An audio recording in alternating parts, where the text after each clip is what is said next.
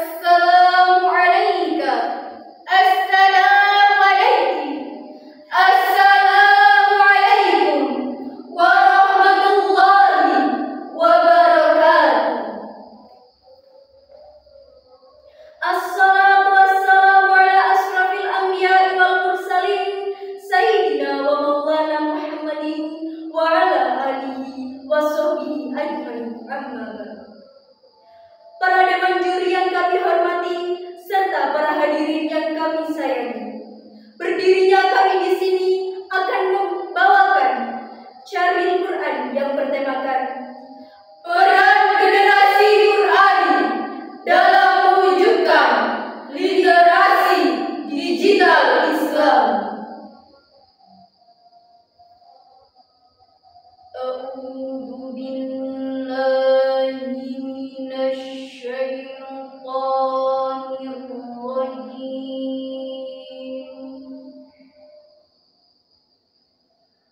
Bismillahirrahmanirrahim.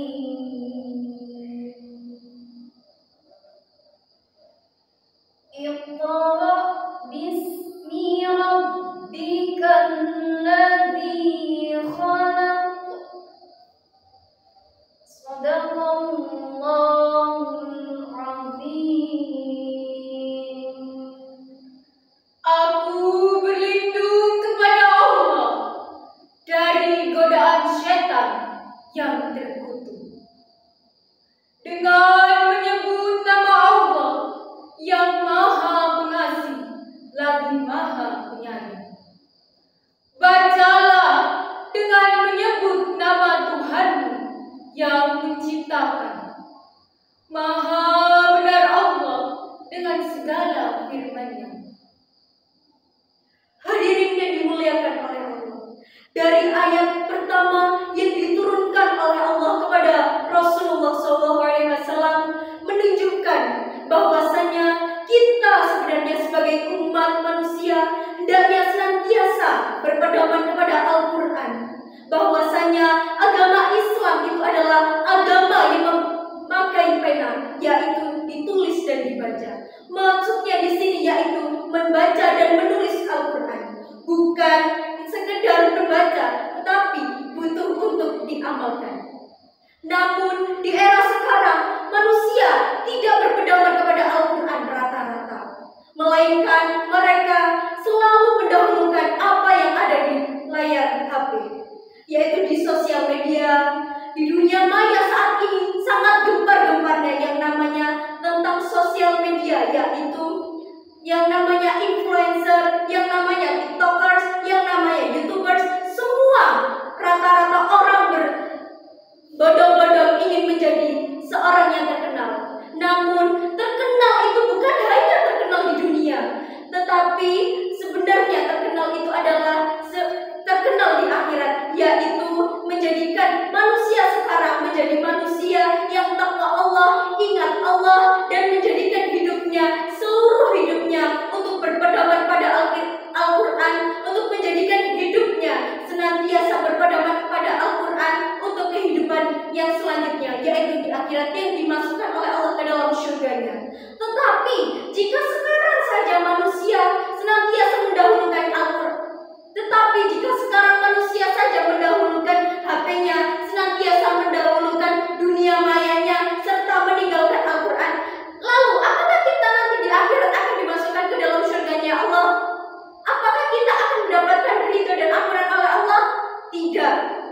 Jika kita menjadikan sebuah HP, sebuah dunia maya kita, sebuah alat untuk kita menjadikan kehidupan selanjutnya yaitu di akhirat, insya Allah kita akan dimasukkan ke dalam surga oleh Allah, karena kita memanfaatkan apa yang ada di dunia ini sebagai sarana menuju akhirat, bukan hanya sebagai ketenaran duniawi saja, tetapi demi ketenaran di akhirat juga, yaitu dikenal oleh para malaikat, dikenal oleh para ulama, serta kita menjadi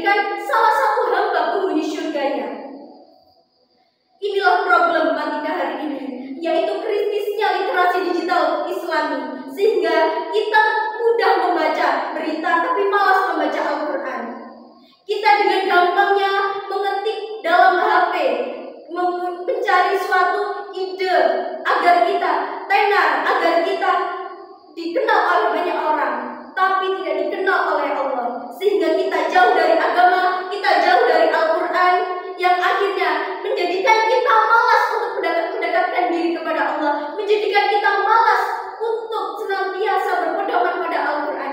Padahal apapun yang Allah sudah jelaskan dalam Al-Quran itu sebagai pedoman hidup kita selama di dunia, bukan hanya sekedar bacaan, bukan hanya sekedar lantunan, tetapi Al-Quran itu adalah sebuah tuntutan yang wajib kita kenali, yang wajib kita ketahui isi-isi di dalamnya.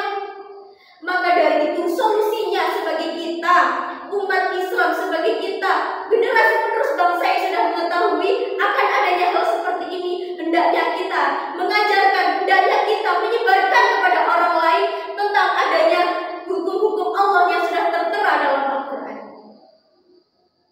Yaitu dengan cara, selama ini apakah kita sudah mengamalkan kepada orang lain? Belum tentu. Karena serata-rata orang sejauh ini, jika sudah mengetahui satu ilmu, akan malas membagikan kepada orang lain, karena mereka akan berpikir, saya mendapatkan ilmu untuk saya sendiri, bukan untuk orang lain. Bukan seperti itu yang diberitakan oleh Allah, melainkan Allah memerintahkan jika seorang mukmin sudah mengetahui suatu ilmu, alangkah lebih baiknya jika mengamalkan kepada orang lain, bukan dipakai untuk diri sendiri. Sudah paham para hadirin?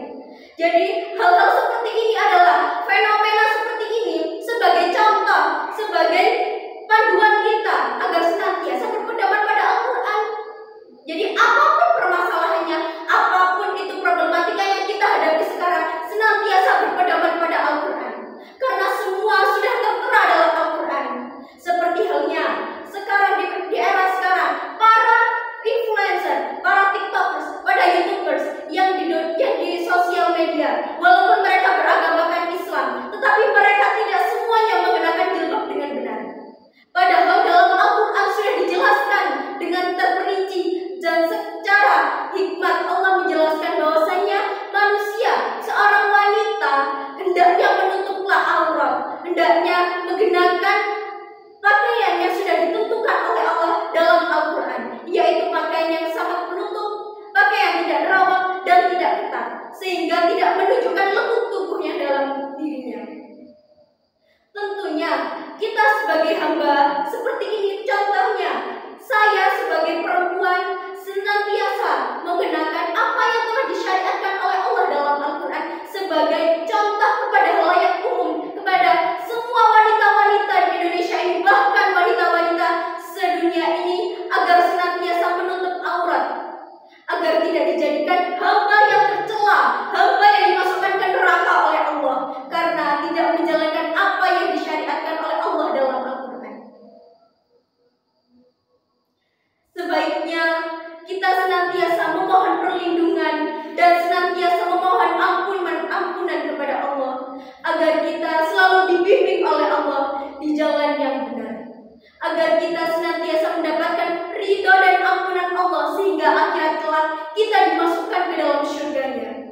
Kita masuk surga bukan karena amal dan ibadah kita selama di dunia, melainkan yaitu kita dimasukkan surga karena mendapatkan ridho dan ampunannya Allah.